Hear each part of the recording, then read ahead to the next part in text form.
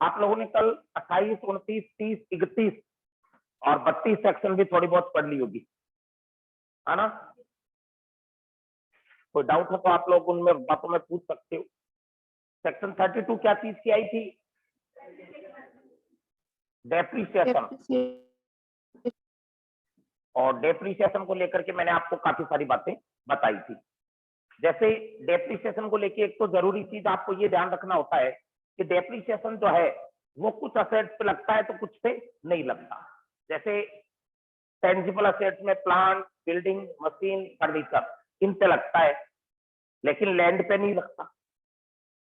Intangible assets में भी patent, trademark, copyright, know how, इन सब पे लगता है, लेकिन गुडविल पे नहीं लगता, करंट असेट्स पे भी नहीं लगता, इन्वेस्टमेंट पे भी नहीं लगता। बताया था ये। फिर कुछ स्पेशल पॉइंट आपको डिस्कस किए थे डेप्रीसिएशन को लेके। जैसे पहला पॉइंट आपको बताया था कि assets must be the owner of assets. हम उस असेट्स के क्या होने चाहिए?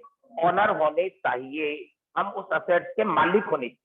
डेप्रीसिएशन तभी दिखाया जा सकता है जब हम उस असेट्स के क्या हो? ऑनर हो, मालिक हो। जरूरी है ये चीज। दूसरा पॉइंट आया था assets must be used for the business और profession during the whole year. वो असेट्स किसके काम आ रही हो? बिजनेस या प्रोफेशन के ही काम आ रही हो, और कोई काम में नहीं आ रही हो। थर्ड आपको बताया था अगर पार्टली बिजनेस के लिए और पार्टली पर्सनल या अदर पर्पज के लिए अगर काम आ रही है तो डेप्रीसिएशन उतना ही दिखाना है जितना वो बिजनेस के काम आ रही है। और अगर कोई असेट 180 दिन से कम काम में आई है, अगर पिछले साल ही कोई असेट खरीदी है और वो 180 डेज से कम काम में आई है तो उससे हाफ रेट से डेप्रीसिएशन लगेगा। मतलब जैसे कोई असेट 3 अक्टूबर के बाद खरीदी है, या खरीद पहले ली लेकिन यूज में लेना 3 अक्टूबर के बाद शुरू किया हो, यूज की डेट देखी जाती है, वो अगर 3 अक्टूबर के बाद की है तो डेप्रीसिएशन हाफ रेट से लगेगा, फुल रेट नहीं लगेगी। ठीक है। और आपको बताया डेप्रीसिएशन जो है, पांचवा पॉइंट क्या था? हाँ, अलग अलग असेट्स पे अलग अलग नहीं लगेगा, पूरे ब्लॉक पे एक साथ लगेगा। एक जैसी रेट वाली जो जो असेट्स होगी ना, उन सबका एक ब्लॉक बनाएंगे, कैसे वो अभी बताऊंगा मैं आपको। और हाँ, डेप्रीसिएशन का क्लेम करना जरूरी नहीं है, अगर भूल गए आपने चार्ज करना तो भी डेप्रीसिएशन क्या हो जाएगा? अलाउ हो जाएगा। और कितने थे क्या? हाँ, आज फिर रेट चार्ट बता रहा हूं। डेप्रीसिएशन कौन सी चीज पे किस रेट से लगेगा, वो रेट आपको याद रखनी पड़ेगी। ये रेट जो है इनकम टैक्स में फिक्स है, अपनी मनमर्जी नहीं चलती कि आप कहो कि सर 20% लगा लें क्या, मैं कहूँ नहीं 30 लगा दे, तो आप सोचोगे 30 लगा दे, सब 40 लगा दे। हर कितना नहीं लगा सकते, हर चीज का डेप्रीसिएशन फिक्स है।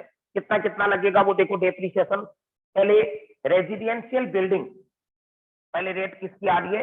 Residential building other than hotel. जो रेजिडेंशियल बिल्डिंग अगर कोई है व्यापार में तो उस पर डेप्रीसिएशन कितना लगेगा? 5। रेजिडेंशियल बिल्डिंग, जैसे मान लो बिल्डिंग में रहने के लिए कोई क्वार्टर बनाया हुआ है, गेस्ट हाउस बनाया हुआ है, तो उनपे 5% लगेगा डेप्रीसिएशन। बिल्डिंग के अंदर जो रहने के मकान बने हुए हो वो, उनपे 5% रेजिडेंशियल पे। दूसरा कौन सा आ गया?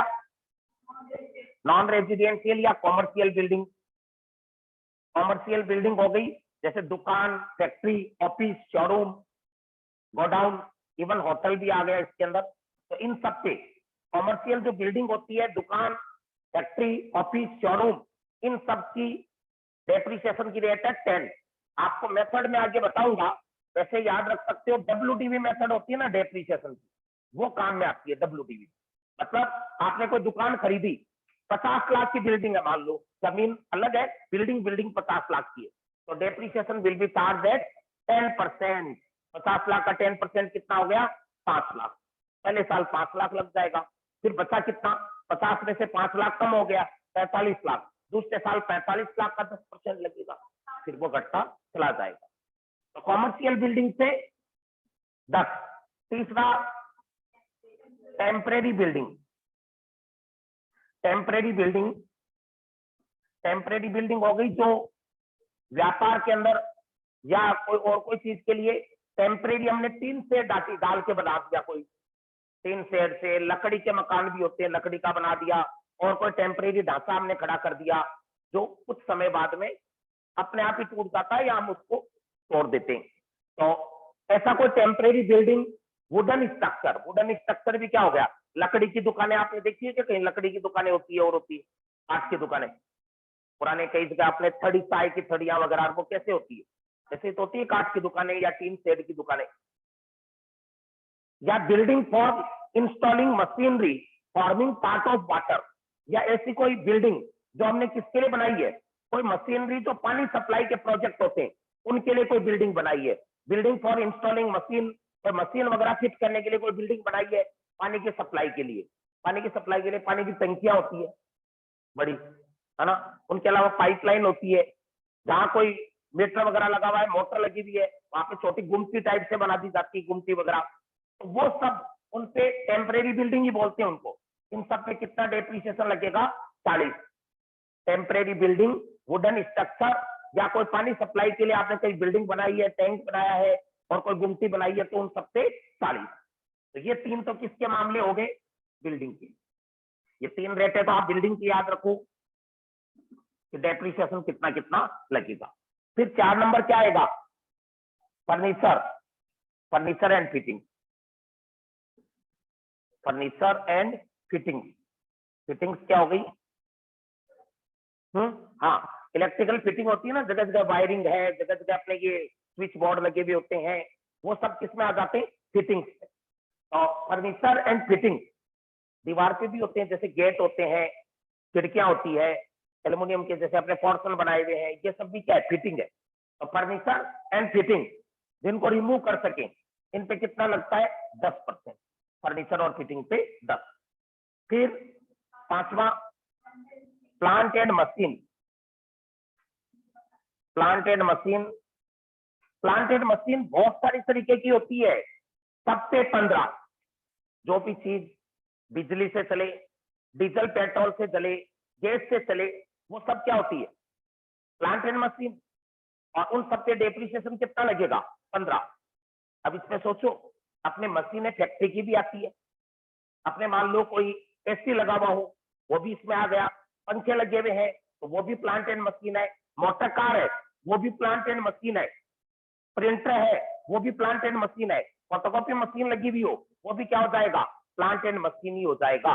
जो भी चीजें यांत्रिक है, ऊर्जा से चलती है, वो सब चीजें क्या है, प्लांट एंड मशीन। फर्नीचर को क्यों नहीं बोलते प्लांट, फर्नीचर ऊर्जा से नहीं चलता कि शेयर अभी यहाँ पे पड़ी है कल सुबह वहां मिले, ये थोड़ी चलता है बिजली से या एनर्जी से, तो ये चीजें नहीं। लेकिन ये फैन है, फैन को क्या मानेंगे हम, ये प्लांट हो गया, क्यों, ये ऊर्जा से चलता है, मूवमेंट करता है, तो ऊर्जा जहां पे जरूरी है। तो प्लांट एंड मशीन से 15%, इंक्लूडिंग वो भी लिखा हुआ है क्या, मोटर कार लिखा होगा ना, हाँ, यहाँ पे नहीं लिखा क्या, यहाँ पे लिख लो, चाहे इसी में जोड़ लो, including motor car, not for hiring purpose, including motor car, not for hiring purpose, not for hiring purpose.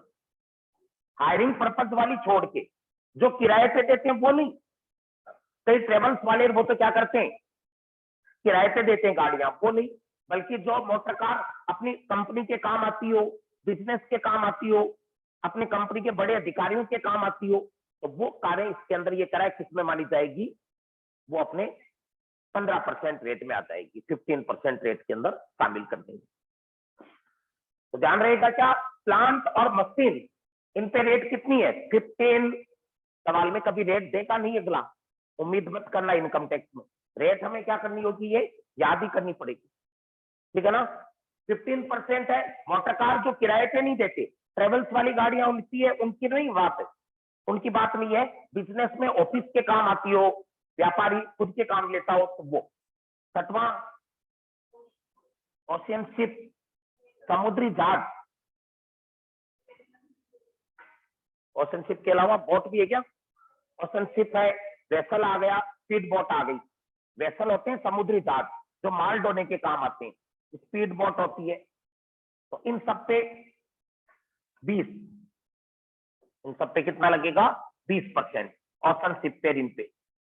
7 number, motor car, motor car जो हायरिंग पर्पज के काम आती हो, मोटर कार इसके ऑब्लिक लगा के लॉरी मोटर कार के अलावा लॉरी होते हैं, टैक्सी या अपने जैसे बस, और हायरिंग पर्पज, जो हायरिंग पर्पज के काम आती है, किराए पे देने के। मोटर कार, मोटर बस, लॉरी ये किराए पे देते हैं, तो इनके लिए 30% रेट हो जाएगी। 15 तो नॉर्मल गाड़ियों पे थी। देखो मोटर कार जो हायरिंग के काम नहीं आती उन पे 15, इन पे रेट डबल हो गई। जो हायरिंग के काम आती है उन पे रेट कितनी हो गई? 30, डबल हो गई। Plant and machine, plant and machine में वो मोटर कार आ गई थी जो किराए पे नहीं देते, तो उन पे तो 15, और जो मोटर कार या बस किस काम में लेते हैं, हायरिंग पर्पज के काम में लेते हैं, उन पे कितना हो गया? 30। 8वां कंप्यूटर, कंप्यूटर के सॉफ्टवेयर, कंप्यूटर और कंप्यूटर के सॉफ्टवेयर और बुक्स, अलग लिखा हुआ है इसी में डाल दिया बुक्स का पॉइंट। बुक्स, तरह तरह की जो बुक्स होती है प्रोफेशनल लोग खरीदते हैं, और energy saving device, energy saving device होते हैं तरह तरह के बिजली बचाने वाले एनर्जी सेविंग डिवाइस, और लाइफ सेविंग डिवाइस, लाइफ को बचाने वाले डिवाइस, इन सब पे 40।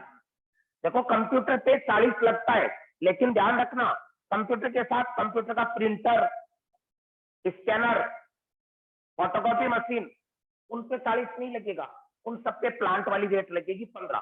कंप्यूटर के साथ वाले पे खाली कंप्यूटर और उसका लैपटॉप, उन पे कितना लगता है? 40। जिनको इलेक्ट्रॉनिक गैजेट्स बोलते हैं ना, उनके लिए ये 40। कंप्यूटर, सॉफ्टवेयर, बुक्स, किताबें जो होती है, प्रोफेशनल लोग जो होते हैं ना, हम सीएसीएस, हम बहुत सारी साल में बुक्स खरीदते हैं, तो उन बुक्स पे 40% डेप्रिसिएशन लगेगा।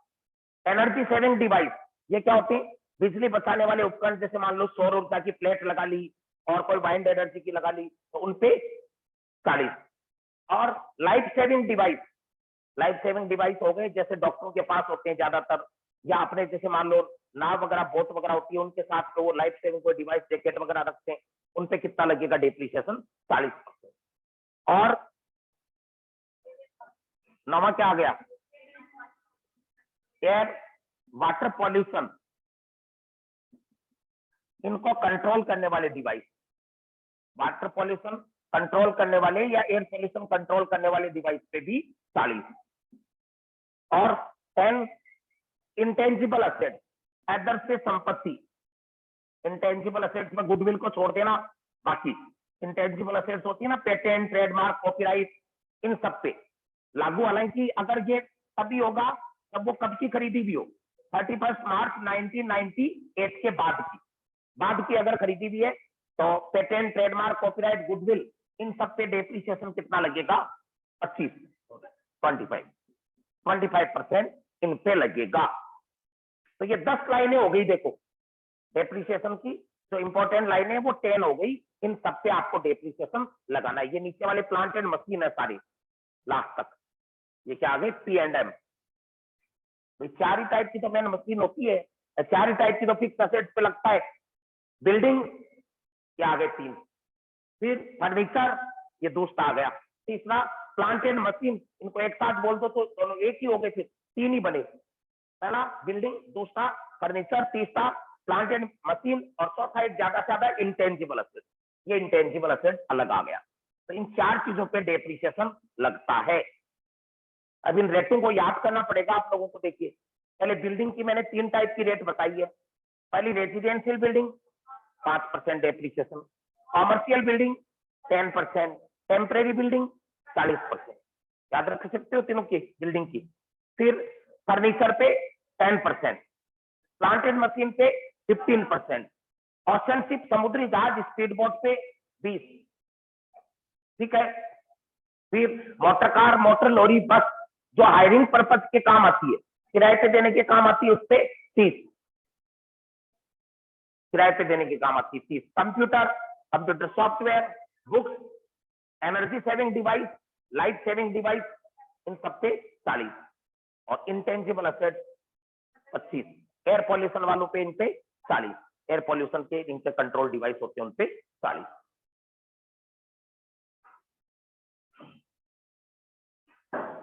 बोलो कोई लाइन में डाउट हो, कोई पॉइंट में डाउट हो तो बोलो।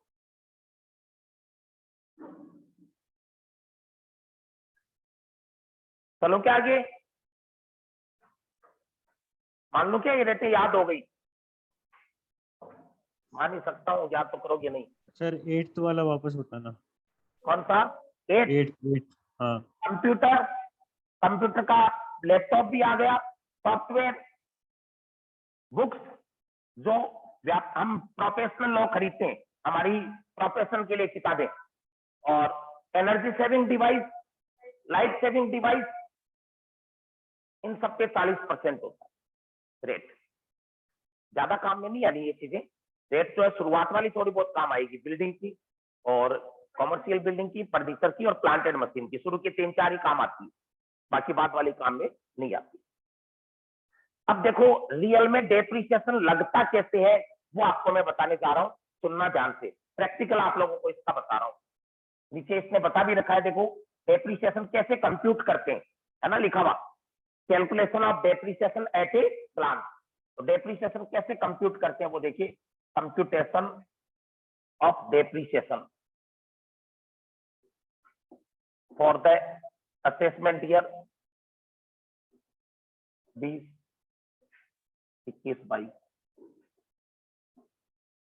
देखिए सुनिए बात ध्यान से, डेप्रिसिएशन लगाते हैं अगर चालू बिजनेस है तो पहले कि पिछले साल का जो क्लोजिंग WDV होगा, पिछले साल जो मशीनें थी, जो बिल्डिंग थी, फर्नीचर था, उन सबका इस साल ओपनिंग बैलेंस पहले ब्रॉट डाउन होगा, इसको क्या बोला जाएगा, opening WDV, opening WDV of the block, पूरे ब्लॉक का।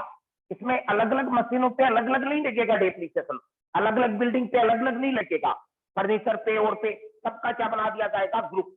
जैसे मान लीजिए हम प्लांट पे निकाल रहे हैं और हमारे पास 3 टाइप के प्लांट है, 3 टाइप के प्लांट है, कौन कौन से, जैसे ABC, 3 टाइप के प्लांट है, ठीक है, और इन सबका हमारे पास ओपनिंग WDV कितना है, 10 लाख।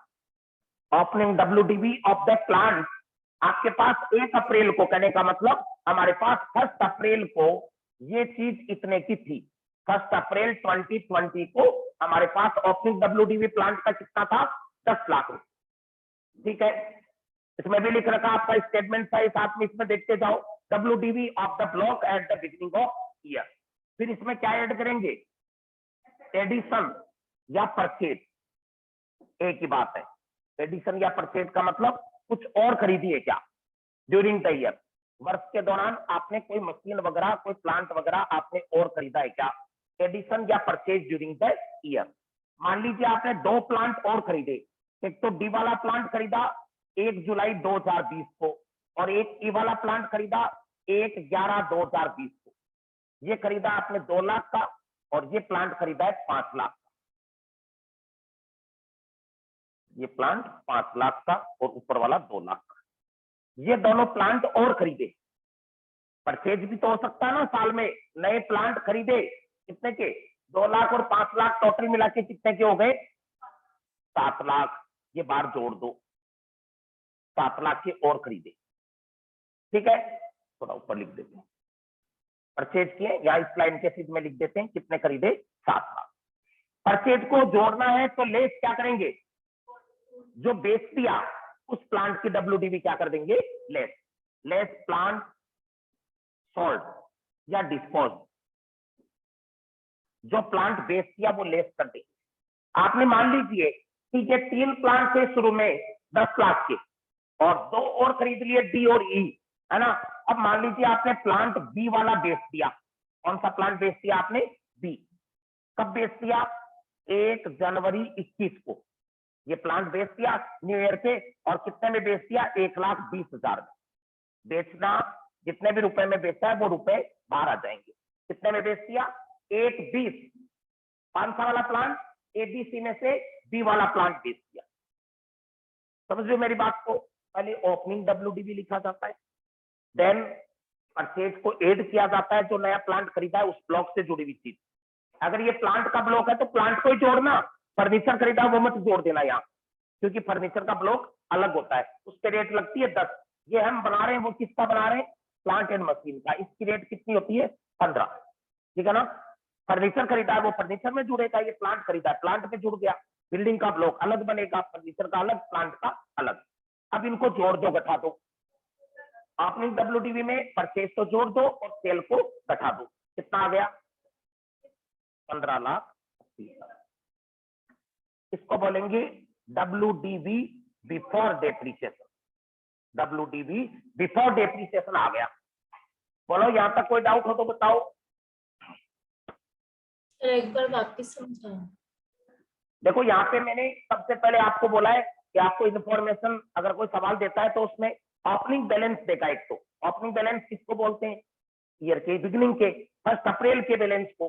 तो 1 अप्रैल का बैलेंस मैंने आपको दिया है कि इतना है, कितना है? 10 लाख रुपए। हो सकता है नया बिजनेस हो तो कोई शुरू का बिजनेस होगा ही नहीं, प्लॉट कोई शुरू का पहले का होगा ही नहीं, तो 0 हो गया। तो ओपनिंग में 3 प्लांट है, ज्यूम कर रहे हैं हम कि हमारे पास 3 प्लांट है। फिर इसमें ऐड करना है किसको? एडिशन या परचेज ड्यूरिंग द ईयर। जो हमने कोई नया प्लांट खरीदा है, ये प्लांट का चल रहा है, उसका ओपनिंग WDV। प्लांट या मशीन नए खरीदे? हाँ जी खरीदे। सवाल में बोला हुआ है कि डी खरीदा जुलाई में, की खरीदा नवंबर में। कितने कितने के? 2 लाख और 5 लाख, टोटल आ गया बाहर कितना? 7 लाख। फिर आपने कोई प्लांट बेचा भी क्या? आपको क्वेश्चन में बोला हुआ है कि हाँ जी आपने प्लांट नंबर 20 जो आपके पास था उसको बेच दिया, और कितने में बेच दिया? 1,20,000 में बेच दिया, तो लेस हो गया 120। कितना बचा अब इसके बाद में? 15,80,000। ठीक है, चलो क्या आगे? अब लगेगा डेप्रीसिएशन। अब लगाना है डेप्रीसिएशन। डेप्रीसिएशन कैसे लगाएंगे ध्यान दीजिए।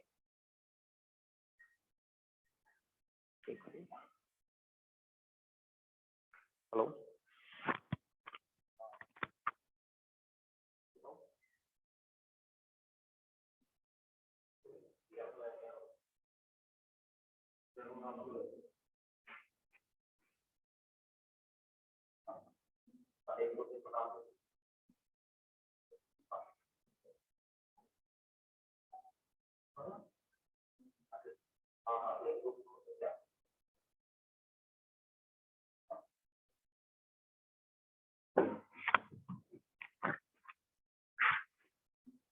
तो देखिए डेप्रीसिएशन आपको जो घटाना है वो ध्यान से देखना। डेप्रीसिएशन कैसे लगाया जाता है? वैसे तो इस पे लगना है 15,80,000 पे, लेकिन एक चीज ध्यान रखनी होती है। वो चीज ये कि क्या कोई इस साल नई खरीदी है क्या इस ब्लॉक में चीज, और वो खरीदी है तो भी उसको देखो जो 3 अक्टूबर के बाद में खरीदी है क्या, उस पे हाफ रेट ही लगती है, तो वो चीज चेक करो। क्या इस बार कोई नया प्लाट खरीदा है क्या? नया प्लाट डी और ई, इनमें से क्या ऐसा भी है क्या जो 3 अक्टूबर के बाद खरीदा हो? है क्या? है। तो इसमें स्पेशल क्या होना है? ई वाले में 1 नवंबर को खरीदा हुआ है, स्पेशल ये है सर इस पे रेट आधी लगेगी। वरना तो मैं अगर ऐसा नहीं होता ना, ये भी पहले का ही होता, तब तो इस 15,80,000 पे पूरा 15% पूरे साल का ही लगा देता, कोई झमेला नहीं था। प्रॉब्लम कहाँ आ गई कि ये प्लांट कब का खरीदा हुआ है? 2 अक्टूबर के बाद का, 3 अक्टूबर के बाद का, तो इस पे स्पेशल लग जाएगा हाफ रेट। कितना? ये वाले प्लांट पे 5 लाख पे 15% लगना था, और उसका हाफ रेट लग जाएगा आधा। 15% का आधा 7.5 ही लग गया, और 5 लाख का आधा कितना आ गया? 37,500। ये ई वाले प्लांट पे आपको नियम पढ़ा हुआ है, कल बताया था कि अगर कोई 2 अक्टूबर के बाद खरीदते हैं, 3 अक्टूबर उसके बाद खरीदते हैं, तो उस पे रेट क्या हो जाएगी? आधी। तो इस पे रेट क्या लगा दी? 15% का डेप्रीसिएशन लगाना है। प्लांट पे 15 लगता है और उसका हाफ रेट लगा दिया। बाकी ये प्लांट तो पुराना है, उसको तो अलग से नहीं सोचना। तो बाकी ब्लॉक जो बचा, बाकी ब्लॉक कितना बच गया? 15,80,000 पे लगाना है डेप्रीसिएशन। उसमें से 5 लाख पे लगा चुके, 5 लाख तो ये लग चुका, तो बचा कितना? 10,80,000। इस पे पूरे साल का लगा दो 10,80,000 पे 15% पूरे साल का। इन 5 लाख पे तो लग गया हाफ रेट, और बाकी ये देखो इसका टोटल 15,80 में से 5 लाख पे लग गया, वो कम कर दो तो कितना बच गया? 10,80। 15,80 में से 5 लाख कम कर दिया तो बच गया कितना? 10,80। इस पे पूरे साल का लगा दो, कितना आ गया? 1,62,000 पूरे पूरे ये आ गया बताया डेप्रीसिएशन 1,62,000। ठीक है, अब टोटल करेंगे इस डेप्रीसिएशन का 1,62,000 और 37,500 टोटल 1,99,500। ये डेप्रीसिएशन घटा दो, WDV आ गया 13,80,500। ये आ गया WDV। WDV आफ्टर डेप्रीसिएशन आ गया, डेप्रीसिएशन घट चुका। तो देखो डेप्रीसिएशन कैसे लगा वो चीज ध्यान रखने योग्य है। कैसे लगाया डेप्रीसिएशन, जो चीज पहले देखा करो, खरीदी है क्या, बेची है उसको मत देखो, बेची है उसको तो बस घटा दिया। वो कब बेची, जनवरी में बेची कि अक्टूबर में बेची, उससे कोई फर्क नहीं पड़ेगा। बेचने वाली चीज को बेच दिया कोई फर्क नहीं पड़ेगा, खरीदने वाली चीज का देखना है। जो चीज अगर 3 अक्टूबर के बाद खरीदी हुई है उससे अलग लगाना। उससे अलग कितना लगाया, 5 लाख से 15% का आधा आप रेट लगा दी। और जो आपने बाकी ब्लॉक बच गया, बाकी ब्लॉक कैसे बच गया, 1580 में से 5 लाख कम कर दिए, कितना बचा 10 लाख। 10,80,000 पे 15% ये लगा दिया पूरे साल का, तो 1,99,500 आ गया। तो बाकी WDV निकाल लिया 13,80,500। हाँ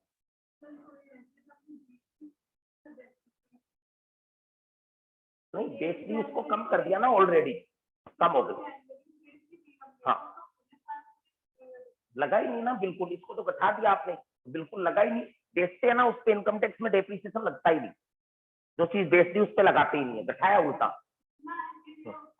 इनकम टैक्स दिन नहीं गिनता, इनकम टैक्स या तो पूरी साल का लगाता है या हाफ ईयर का लगाता है, बेच दिया उस पर बिल्कुल ही नहीं लगाता है। इनकम टैक्स में बेच दिया उस पर नहीं लगी। और कोई डाउट हो तो बोलो, और कोई डाउट हो तो बोलो। इसकी फोटो ले लो।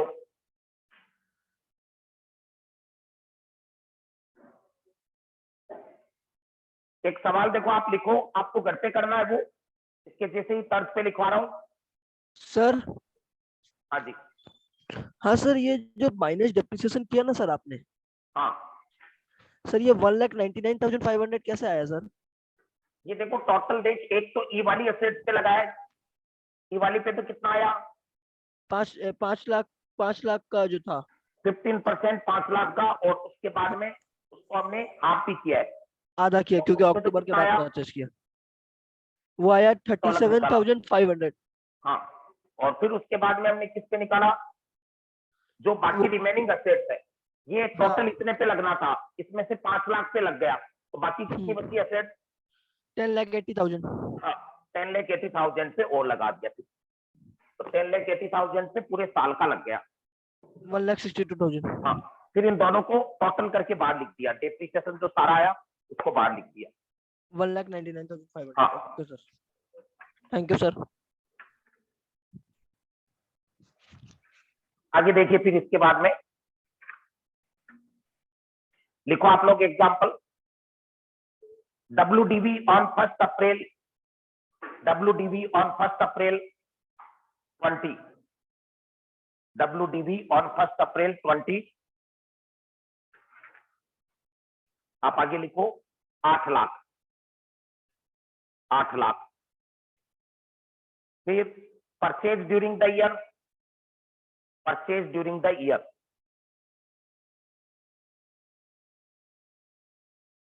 Purchase during the year 3 lakh, bracket में डेट लिख लो 1 जनवरी 2021, 1 जनवरी 21, 1 जनवरी 2021। अगला sale during the year, sale during the year 1,80,000, 1,80,000, 1,80,000, 180।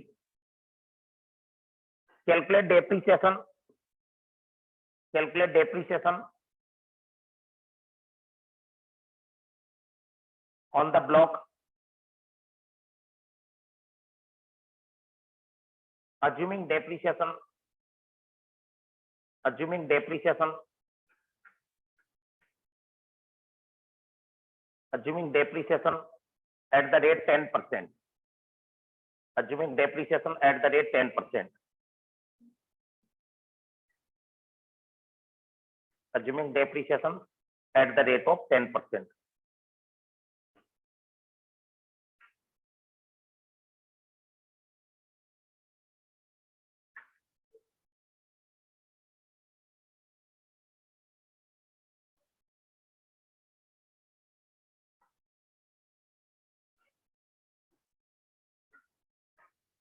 कर लिया, क्वेश्चन बाद में कर लेना ये, अभी आप उसमें आ जाओ वापस थ्योरी में। देखो डेप्रिसिएशन को लेके अभी कुछ काम और बाकी है, वो देखिए। आगे आपको दिया हुआ है एक CDV है, for claiming depreciation there must exist block of assets and WDV of block. If any one thing is not available then depreciation will be not charge. देखो एक चीज काम की आ रही है, इस बात को तो अगले चैप्टर में ले लेंगे, अगले में लेंगे, यहाँ पे नहीं लेंगे। ये जो नोट लगाया हुआ ना, इसका डिटेल अगले चैप्टर में आएगा ज्यादा। नीचे manner of computation of actual cost, इसको देखिए। कोई भी चीज खरीदते हैं अगर कोई एसेट, तो उसकी कॉस्ट कैसे पता करें। जैसे मान लो आपने एसेट खरीदी है, ये 5 लाख की दिखा रखी है हमने, और पहले वाली कितने की खरीदी है, 2 लाख की। लेकिन देखो मशीन वगैरह जब नहीं खरीदते हैं, तो कोई भी मशीन बिल्डिंग खरीदते हैं, मशीन खरीदी मान लो, उसको दिल्ली से खरीदा, दिल्ली से सिक्कर लाने का भाड़ा भी लगेगा, उसको फिक्स करेंगे, इंस्टॉलेशन का खर्चा भी लगेगा, मजदूरी वगैरह भी लगेगी।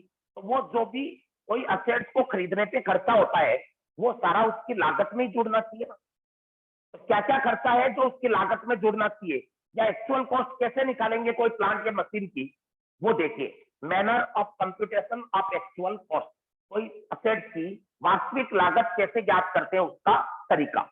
तो देखिए कैसे ज्ञात करते हैं। पहले तो परचेज प्राइस कोई भी असेट का, ये अलग चीज हो गई, ये वैसे अलग हो गया। आपने डेप्रिसिएशन कैलकुलेट किया, वो अलग पॉइंट, इसका सवाल अलग बनेगा, और अब जो बता रहा हूं उसका क्वेश्चन अलग।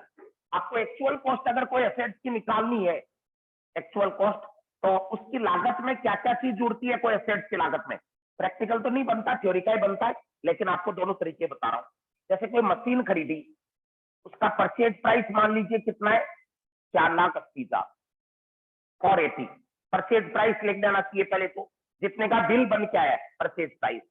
ऐड कर देने चाहिए क्या, डायरेक्ट कॉस्ट, उसके ऊपर लगने वाले खर्चे, direct cost to the bring the asset, वो डायरेक्ट खर्चे जो किस पे लगे, direct cost to bring the asset at present location, present में फैक्ट्री तक लाने के जो भी खर्चे लगे।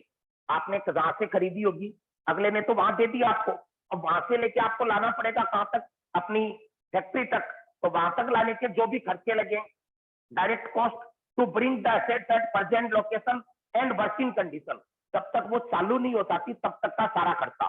जैसे इंटरेस्ट, जैसे freight, insurance, loading, handling, installation, ये सारे खर्चे इसकी लागत में जुड़ जाएंगे।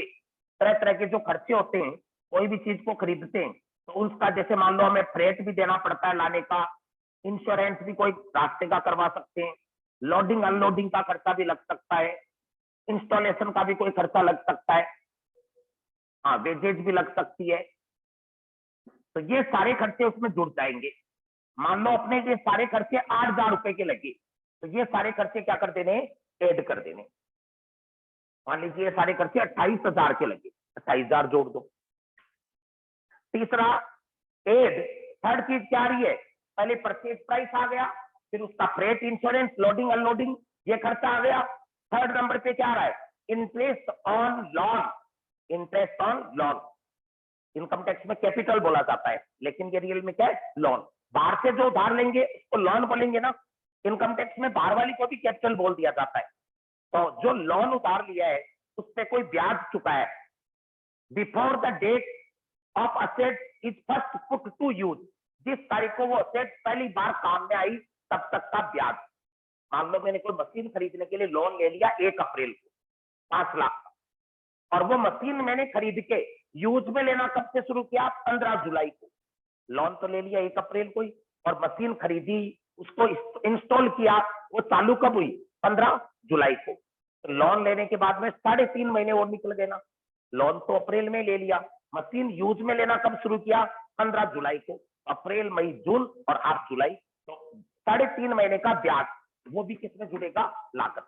हालांकि यूज में आने के बाद भी लगेगा ब्याज, लेकिन वो लागत में नहीं जुड़ता, वो तो P&L में जाता है, वो तो रेवेन्यू नेचर का खर्चा हो जाता है।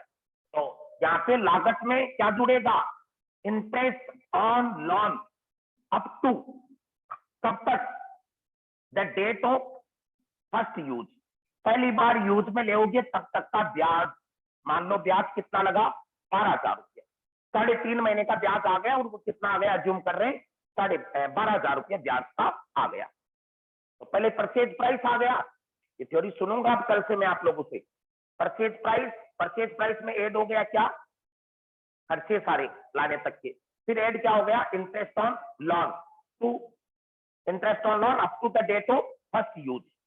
फिर लेस में क्या बोला है? स्टैंडर्ड क्रेडिट ऑफ एक्साइज और कस्टम और input tax credit of GST. आजकल इनपुट टैक्स क्रेडिट जीएसटी वाली चलती है, लास्ट में जो लिखा हुआ ना वो नाम। हम कोई भी मशीन खरीदेंगे तो जीएसटी भी लगेगा। मान लो 5 लाख की या 4,80,000 की मशीन खरीदी है, जीएसटी लगता है। बिल 480 का है, तो 480 में जीएसटी शामिल करके आया होगा बिल को, लेकिन जो जीएसटी चुकाया ना, उसकी हमें क्या मिल जाएगी? क्रेडिट मिल जाएगी। क्रेडिट का मतलब वो टैक्स रिफंड हो जाता है। तो उस टैक्स का रिफंड मिल गया, तो अपने मशीन की लागत कम करनी चाहिए ना। फिर रिफंड ऑफ जीएसटी, जिसको क्या बोला जाता है? ITC, input tax credit. मान लो ये 4,80,000 में 30,000 का जीएसटी शामिल था, तो वो 30,000 का जीएसटी अगर आपको बोले कि भाई रिफंड हो गया, तो रिफंड हो गया तो उसको क्या कर देना?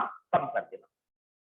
जैसे ये प्रैक्टिकल न बना के इनका थ्योरी बनाता है, वो पूछेगा कि इनमें से कौन सा परचेज प्राइस में ऐड करेंगे, कौन सा लेस करेंगे, कौन सा ऐड करेंगे, ऐसे पूछता है। तो परचेज प्राइस में ये खर्चे तो ऐड हो गए। इंटरेस्ट ऑन लोन जब तक पहली बार यूज करेंगे तब तक का ये भी ऐड हो गया, और जीएसटी का रिफंड है वो क्या हो गया? लेस। और एक चीज लेस हो जाएगी, देखो सैनवेट वाला नाम तो रहने दो, आप इसमें पहले वाले पॉइंट में खाली आगे वाला याद रख लो, कौन सा? इनपुट टैक्स क्रेडिट और जीएसटी। अगला क्या आ रहा है? Less portion of cost of asset, कोई असेट की लागत का वो भाग which is met by central और स्टेट गवर्नमेंट, ऑब्लिक लगा के इसको सब्सिडी भी बोल सकते हो। Subsidy, SUBSIDY, subsidy.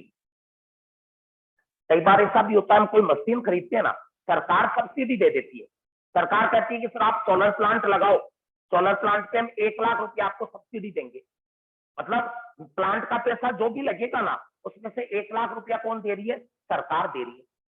कितनी भी रकम हो सकती है, तो सरकार अगर कोई रकम दे रही है तो उसको क्या कर देंगे? लेस, क्योंकि वो अपने खर्चा लगा थोड़ी, असिस्टेंस हो गई, उतनी मदद हो गई गवर्नमेंट की, तो वो 1 लाख रुपया क्या हो जाएगा? लेस। और लास्ट क्या है? इंक्रीज या डिक्रीज, कोई कमी या वृद्धि। इंक्रीज या डिक्रीज इन कॉस्ट, लागत में कोई कमी या वृद्धि due to exchange rate fluctuation. किसकी वजह से? एक्सचेंज रेट के बदलने की वजह से। एक्सचेंज रेट क्या होती है? फॉरेन से अगर हम कोई मशीन खरीदते हैं ना, तो पेमेंट किसमें करना होता है? डॉलर में, पाउंड में, डॉलर में, येन में, दूसरे कंट्री की करेंसी में। और हम जिस तारीख को खरीदते हैं उस तारीख को एक्सचेंज रेट कुछ और हो सकती है कि $1 के भाव 80 रुपए हो, जिस तारीख को खरीदा तब तो। फिर बाद में बिल बना तब तो 80 रुपए की रेट थी, हमने पेमेंट किया तब डॉलर के भाव मान लो 5 रुपया बढ़ गए, 85 हो गए, तो 5 का नुकसान और हो गया ना। डॉलर के भाव बढ़ गए, 5 रुपए का नुकसान हो गया। मान लो $2,000 की खरीदी है मशीन, तो $2,000 से 10,000 रुपए का नुकसान हो गया। $1 पे 5 रुपए का, 80 का भाव 85 हो गया। और डॉलर में पेमेंट करेंगे तो पेमेंट करने वाली डेट को रेट है 85, खरीदा था तब रेट क्या थी? 80, तो 5 रुपए का नुकसान हो गया। टोटल कितना हो गया? 10,000 का।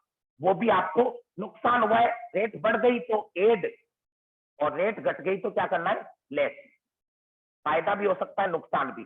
प्रैक्टिकल नहीं है, बार बार मैं कह रहा हूं, प्रैक्टिकल में ज्यादा दिमाग मत लगाना।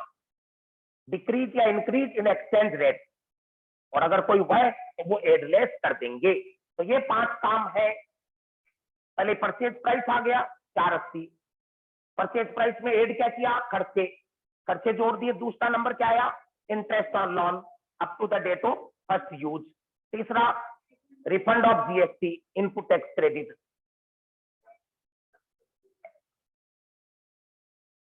सब्सिडी जो गवर्नमेंट ने आपके लिए कोई पैसा दे दिया तो वो, और इंक्रीज या डिक्रीज इन एक्सचेंज रेट। अब जो आएगा उसको प्लांट की कॉस्ट बोलेंगे। कितना आ गया देखो,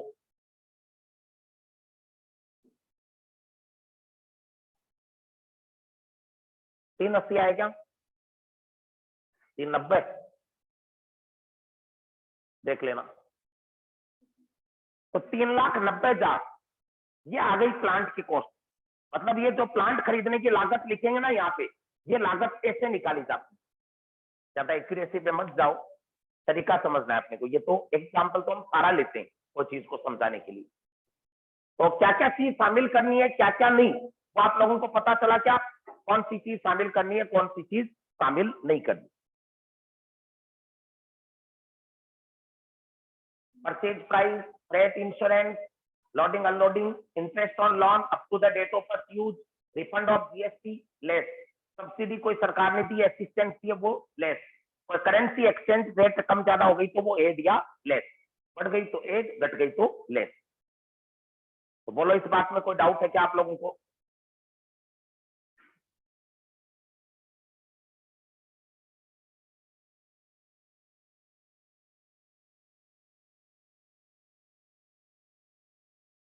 नहीं है डाउट? पहली बार हो रहा है इतना इजी से वेद में चैप्टर हो रहा है ये डेप्रिसिएशन। समझदार बच्चे आ गए सारे। चलो फिर आगे। समझने लायक तो है, ऐसा कुछ नहीं है, दिमाग लगाओगे तो समझ में आएगा, है ना? लेकिन पीछे की चीजें भूलते मत जाना। ऐसे नहीं कि कल पढ़ाया तो वो साफ कर दिया, तब नहीं काम चलेगा। ठीक है, डेप्रिसिएशन का बेसिक काम पूरा हुआ। अब देखो क्या आ रहा है, अब आ रहा है एडिशनल डेप्रिसिएशन। अगला जो चीज आ रहा है वो ध्यान दीजिए, अतिरिक्त मूल्यह्रास। सेक्शन कौन सी आ रही है? 31 clause 1, 32 clause 1 2A, sub clause 2A और है क्या? 2 है, 2 है। तो ये एडिशनल डेप्रिसिएशन भी एक बड़ी चीज आ रही है, ध्यान देना। टॉपिक का नाम क्या है? एडिशनल डेप्रिसिएशन, अतिरिक्त मूल्यह्रास। ये कहता है कि आपको डेप्रिसिएशन और ज्यादा दिखाने की परमिशन है। डेप्रिसिएशन दिखाना अच्छी बात है या खराब है? पहले तो ये बताओ इनकम टैक्स के नजरिए से। अच्छी बात है। क्यों? टैक्स कम लगेगा। हाँ, इससे आपका खर्चा बढ़ेगा। डेप्रिसिएशन खर्चे में तो दिखाएंगे, जैसे 1,99 आया था खर्चे में। डेप्रिसिएशन जितना ज्यादा होगा प्रॉफिट उतना ही कम हो जाएगा। कम हो जाएगा तो टैक्स भी क्या देना पड़ेगा? कम देना पड़ेगा। डेप्रिसिएशन खर्चे के रूप में दिखा सकते हैं तो प्रॉफिट बच जाता है। समझ रहे हो ना इस बात को? तो सरकार ने एक स्कीम निकाल रखी है एडिशनल डेप्रिसिएशन की, कि आप खरीदोगे नॉर्मल रेट तो मिलेगी मिलेगी, कुछ एक्स्ट्रा स्पेशल डेप्रिसिएशन भी दिखाने की परमिशन है। कब और कौन सी चीजों को ध्यान से सुनना, इस चैप्टर में हमेशा पूछा ही है मैंने, चाहे शोका बेच रहा हो चाहे एफसी का रहा हो, तो आप लोग अलग नहीं हो उनसे, ठीक है ना? तो इस चैप्टर में नंबर आएगा ना, उस दिन लगभग सबका ही आएगा। और मेरे को पता है आप तो कितना करते हो, आप उस टाइम फिर उस टाइम पढ़ोगे कॉल करके, पहले से पढ़ करके आओ, ज्यादा सही रहता है। तो आप अपना हित देख लो, पढ़ाई कर रहे हो आप आराम से पास हो जाओगे, नहीं कर रहे हो तो अभी जो कोई रह गया उसको पूछ लो आप कि वो किस चीज को लेकर के परेशान है। खुद की कमियां बहुत सारी होती और उन कमियों को हम लोग ठोकर खाने के बाद सीखते हैं, उससे अच्छा पहले ही सीख लो, ये जरूरी है। बच्चे क्या बोल रहे हैं? कई जन रिपीटर से मेरी बात हुई कि सर इनकम टैक्स में मेरी गलती थी। मैंने कहा क्या गलती थी? पर मैंने टैक्स अच्छे से रिवाइज नहीं की, टैक्स मैंने अच्छे से पढ़ी नहीं। अब उस चीज के लिए जिम्मेवार तो खुद ही होता है। आप क्या सोचते हो पिछले बैच को मैंने खराब पढ़ाया होगा? लगभग यही एग्जाम्पल पिछले बैच में था, आप पुरानी रिकॉर्डिंग देख लोगे। रकम कोई चेंज हो सकती है, 10 की जगह 5 हो या 15 हो। ये 3 मशीनें लगाई थी पिछली बार मैंने, ये 2 खरीदी थी, एक पहले पुरानी डेट की खरीदी, एक नई डेट की। फिर डेप्रिसिएशन भी ऐसे लगाया था, कोई गलत सवाल नहीं करवाया उनको, पूरा सही सब कुछ करवाया था। अब फिर भी कोई नहीं सीखे तो वो तो खुद की गलती होती है ना। फिर तरीका सारा टीचर्स का क्या रहता है? सेम। अब कोई उसी पेपर में 80 नंबर ले आता है 100 में से, और कोई बच्चा 20 नंबर ही लाता है, वो गलती तो टीचर से ज्यादा खुद की है ना। 180 लाने वाले में 20 लाने वाले में क्लास तो एक ही है दोनों की। तो आगे एडिशनल डेप्रिसिएशन सुनिए क्या चीज आ रही है, ध्यान दीजिए। अतिरिक्त मूल्य लॉजिक, इट इज अलाउड, ये ध्यान से देखिए, it is allowed to assessee, ये उन करदाताओं को मिलेगा, उन असेसी को मिलेगा एंगेज इन द बिजनेस, जो किस में लगे हुए हैं, बिजनेस ऑफ मैन्युफैक्चर, जो कोई चीज का मैन्युफैक्चर करते हैं या प्रोडक्शन करते हैं, किसका, एनी गुड, कोई वस्तु का मैन्युफैक्चर या प्रोडक्शन करते हैं उनको, किसको अलाउ किया जाएगा, ये टू वुम, किसको अलाउ किया जा रहा है, मैन्युफैक्चरर को, मैन्युफैक्चरर या फिर प्रोड्यूसर, जो कोई वस्तु को बनाता है उनको मिलेगा। मतलब किसको नहीं मिलेगा, किसको नहीं मिलेगा, एडिशनल डेप्रिसिएशन ट्रेडर को नहीं मिलता, ट्रेडर को नहीं मिलेगा। ट्रेडर कौन होते हैं, व्यापारी, जो बड़ी बड़ी चीज खरीदते हैं बेचते हैं, उनको नहीं मिलेगा। जो खुद मैन्युफैक्चर करता है उन्हीं को मिलेगा, मैन्युफैक्चर करने वालों, जो कोई वस्तु को बनाते हैं, फैक्ट्री लगा रखी है। एक होती है दुकान, दुकान में तो बना बनाया खरीदते हैं, बना बनाया बेचते हैं, वो व्यापारी कहलाते हैं ट्रेडर। ट्रेडर को नहीं मिलेगा, किसको मिलेगा, मैन्युफैक्चरर को। और क्या लिखा हुआ है, एक वो नहीं लिखा हुआ क्या, बिजली सप्लाई वाला, देखो थोड़ा सा एक मैं और जुड़वाता हूं, मैन्युफैक्चरर या प्रोड्यूसर ऑफ गुड्स को मिलेगा, ट्रेडर को नहीं मिलेगा। एक जो इलेक्ट्रिसिटी बिजली जनरेशन करने वाली कंपनियां होती है, इलेक्ट्रिसिटी जनरेशन एंड सप्लाई, एक मिनट देख लेता हूं उसको पॉइंट को, पहले रुक जाओ।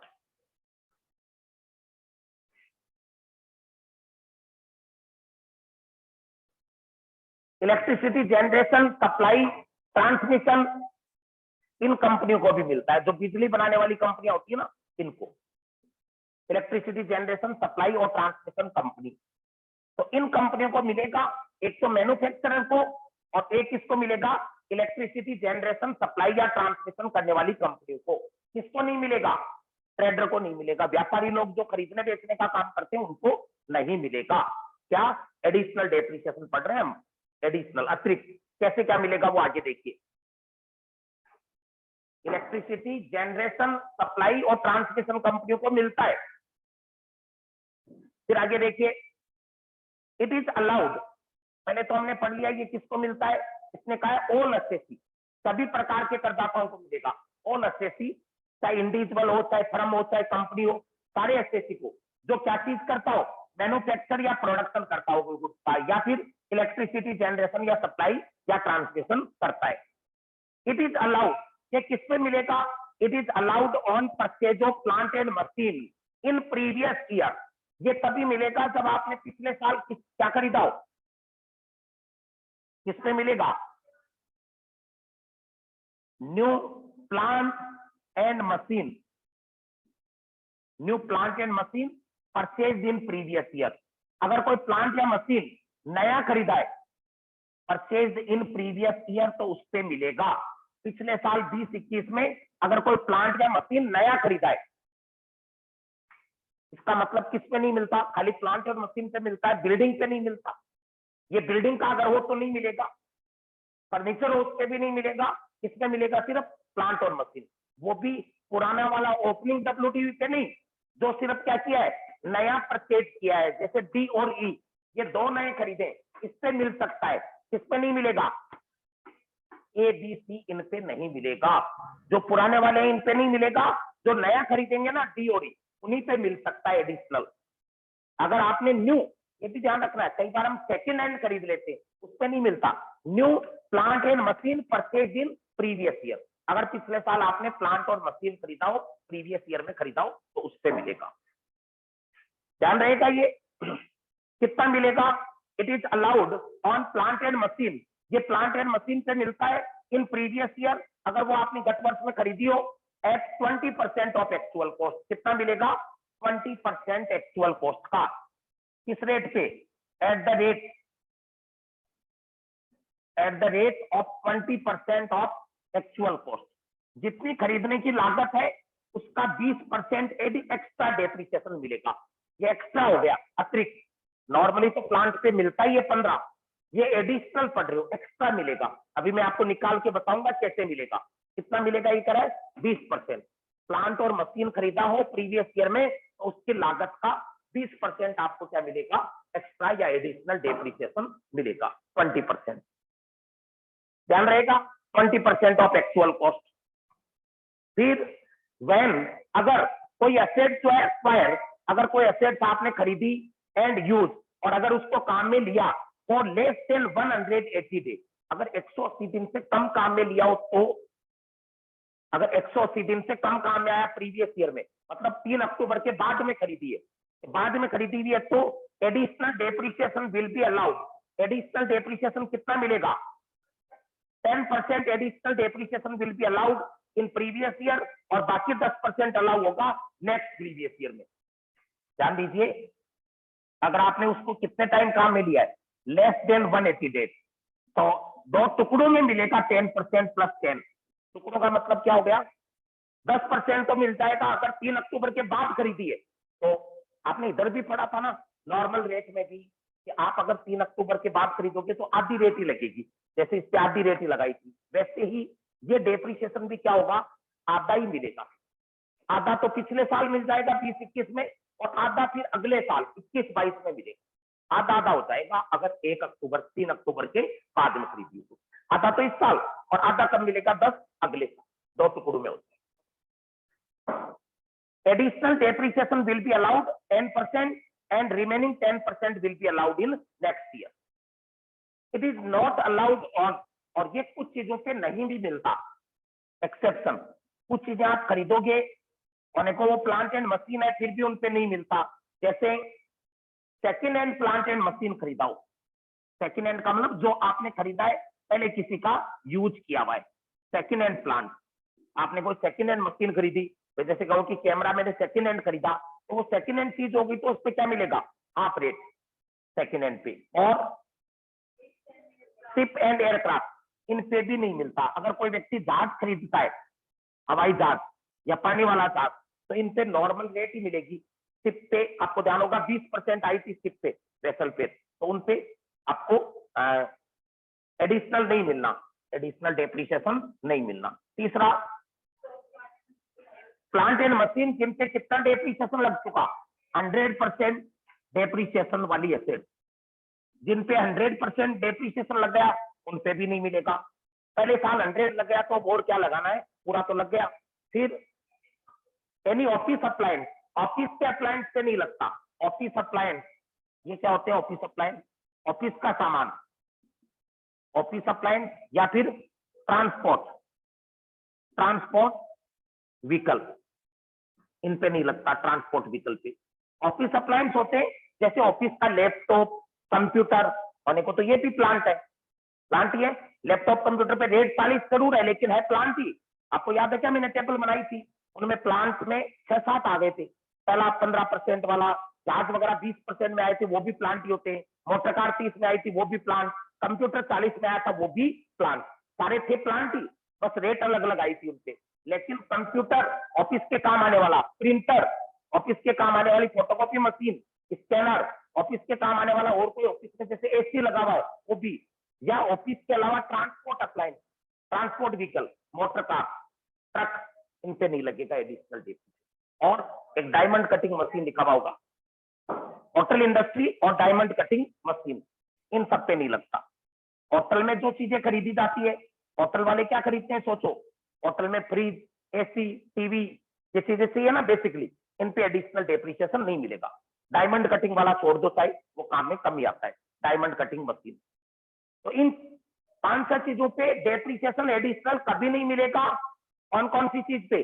Second hand motor, second hand plant and machine, second ship and aircraft, third 100% depreciation charge होने वाली प्लांट एंड मशीन, और ऑफिस अप्लायंस और ट्रांसपोर्ट व्हीकल, फिफ्थ, 5वां होटल इंडस्ट्री और 6वां डायमंड कटिंग मशीन। इन पे एडिशनल डेप्रिसिएशन अलाउ नहीं होता।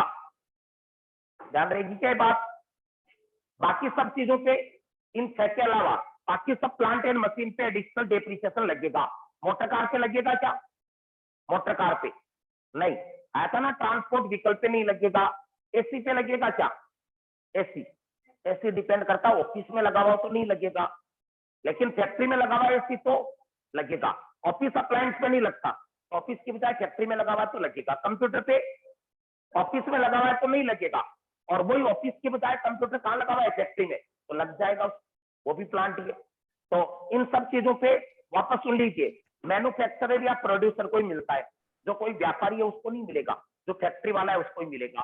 कितना परसेंट? इलेक्ट्रिसिटी वालों को भी मिलता है। अब मिलता है नया प्लांट और मशीन खरीदा हो तो, वो पिछले साल ही नया खरीदा हो तो, पुरानी मशीनों पे नहीं। कितना? 20% एक्चुअल कॉस्ट का। और 180 दिन से कम काम में आया पिछले साल तो 10 + 10, 10% पिछले साल, बाकी 10 अगले साल। किन चीजों पे नहीं मिलता? Second hand plant and machine, ship and aircraft, हाँ 100% डेप्रिसिएशन वाली asset, office appliance and transport vehicle, hotel industry और डायमंड कटिंग मशीन, इन पे नहीं मिलेगा। फिर नीचे एक नोट पढ़िए क्या लिखा हुआ है, दिस डिडक्शन और अंडरटेकिंग, ये डिडक्शन जो है वो उन अंडरटेकिंग के लिए लोकेटेड इन बैकवर्ड एरिया, जो बैकवर्ड एरिया में जो इंडस्ट्रीज है, जैसे आंध्र प्रदेश, बिहार, तेलंगाना और वेस्ट बंगाल, चार नाम याद रखो, बिहार, आंध्र प्रदेश, तेलंगाना और वेस्ट बंगाल, इन चार में अगर आपने कोई फैक्ट्री लगा रखी है, this deduction in undertaking located in backward area, अगर आपने बैकवर्ड एरिया में लगा रखी है इन चार में से किसी में, तो डेप्रिसिएशन 35% अलाउ होगा, किसका? एक्चुअल कॉस्ट का, 20 की जगह 35। और अगर वो असेट पिछले साल 180 दिन से कम काम में आई है, तो 180 दिन से कम काम में आई हो तो 17.5 पिछले साल और बाकी 17.5 अगले साल। देखो 4 राज्य हैं, आंध्र प्रदेश, वेस्ट बंगाल, बिहार और तेलंगाना, तो इन चार में स्पेशल है 20 की जगह कितना परसेंट एडिशनल डेप्रिसिएशन? 35। और अगर 180 दिन से कम काम में आई है तो 17.5 पिछले साल और बाकी 17.5 अगले साल, ऐसे 2 टुकड़ों में अलाउ हो जाएगा। कौन से 4 राज्यों में? आंध्र प्रदेश, बिहार, वेस्ट बंगाल और तेलंगाना, इन 4 में। तो ये 35% हो जाता है इन 4 में रेट।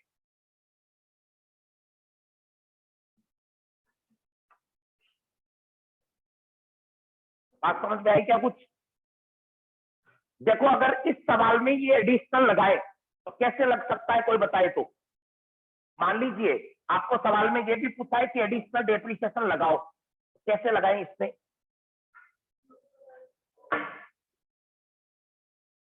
ऑफिस अप्लायंस चाहिए, यहाँ पे देखो एडिशनल डेप्रिसिएशन, इसे दिख जाएगा थोड़ा बहुत, एडिशनल डेप्रिसिएशन। नॉर्मल सवाल तो कर ही चुके, नॉर्मल डेप्रिसिएशन तो लगा चुके, अब क्या लगा सकते हो आप? एडिशनल भी। एडिशनल किस पे लगेगा? सारे बैलेंस पे नहीं, जो इस साल नहीं खरीदी इन पे, डी और ई पे, इनमें भी देख लेना कहीं वो एक्सेप्शन में तो नहीं आ रही, वरना नहीं मिलेगा। जैसे मान लो मोटर कार हो तो उस पे नहीं मिलेगा, इनमें से कोई सेकेंड हैंड है तो उस पे नहीं मिलेगा, और भी कई चीजों पे नहीं मिलता। मान लीजिए दोनों सही है, कोई मोटर कार और का कोई लफड़ा नहीं है, तो इन दोनों पे मिलेगा। इन पे नॉर्मल डेप्रिसिएशन तो लग चुका 15, अब एडिशनल डी वाली तो देखो जुलाई की खरीदी हुई है, इस पे तो पूरा 20% मिल जाएगा प्लांट पे। और ये कब की खरीदी हुई है? नवंबर का, इस पे कितना मिलेगा? 20 का आधा, 10%। तो लगाओ, डी पे तो कितना मिलेगा एडिशनल? 2 लाख का 20%, कितना हो गया? 40,000 एडिशनल। और ई पे कितना? 5 लाख की है क्या? 5 लाख का 10%, इस साल 10%, 50,000, कितना हो गया? 90,000 एडिशनल डेप्रिसिएशन मिलेगा। 90, ये और घट जाएगा, 90,000 का और घट जाएगा, फिर डब्ल्यूडीवी जो भी आएगा 12,90,500। क्या आपको ऑनलाइन वालों को नहीं दिख रहा होगा? लेकिन आपको बैलेंस निकालना काम में नहीं आता, आपको रकम कौन सी पूछेगा? डेप्रिसिएशन की। ये डेप्रिसिएशन बताओ कितना आएगा एडिशनल। तो एडिशनल डेप्रिसिएशन के लिए ये पूरा नहीं बनाना, आपको केवल क्या देखना है?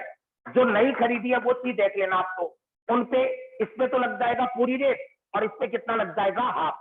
तो यहाँ पूरा बनाने की जरूरत थोड़ी थी, सीधा ही बता सकते थे। इसका 2 लाख का तो 20%, 40,000, और इस 5 लाख का आप 10% की रेट मिलेगा 50,000, तो 50 और 40 कितना हो गया? 90,000 का मिलेगा सर एडिशनल। यही अगर प्लांट वेस्ट बंगाल के अंदर खरीदे हुए होते तो, वेस्ट बंगाल या आंध्र प्रदेश में होते तो 20 की जगह 35% एक्स्ट्रा डेप्रिसिएशन मिलता। ये खाली पहले साल ही मिलता है जिस साल खरीदते हैं, हर साल नहीं मिलेगा, पहले साल ही। 180 दिन से कम कमाई तो जरूर 2 साल में फेल जाता है, पहले साल आधा फिर दूसरे साल भी आधा, ऐसे। तो आंध्र प्रदेश में होती तो ये 20 की जगह एडिशनल कितना लगाते हैं यहाँ, 35% लगाते। तो बोलो इन बातों में कोई डाउट हो तो बता सकते हो आप लोग। फोटो ले लेना, मन से वापस सोचना। मैंने जो आपको एग्जाम्पल लिखवाया था ना एक एक्स्ट्रा, उसमें भी आप लोग क्या करना, एडिशनल भी निकालना, लेकिन उसमें मत निकालना, उसमें रेट 10 करवा दी, क्या 10% रेट करवाई, वो फर्नीचर का हो गया, फिर उसमें नहीं लगेगा। अब 1-2 पॉइंट देखो छोटे छोटे हैं, वो आप लोग लिखो, इनमें नोट्स में कुछ रह गए तो वो छोटे मोटे पॉइंट आप लोगों को मैं लिखवा रहा हूं, लिखो।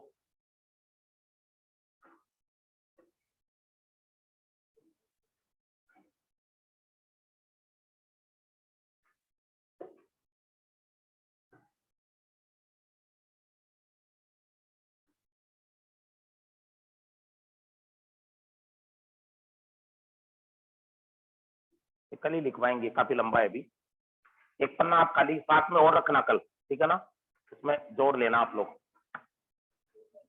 अभी इनको याद कर लेना, वो सारा आज पढ़ा वो और भी हो जाएगा। तो अभी इनको तो याद करना घर पे आप लोग।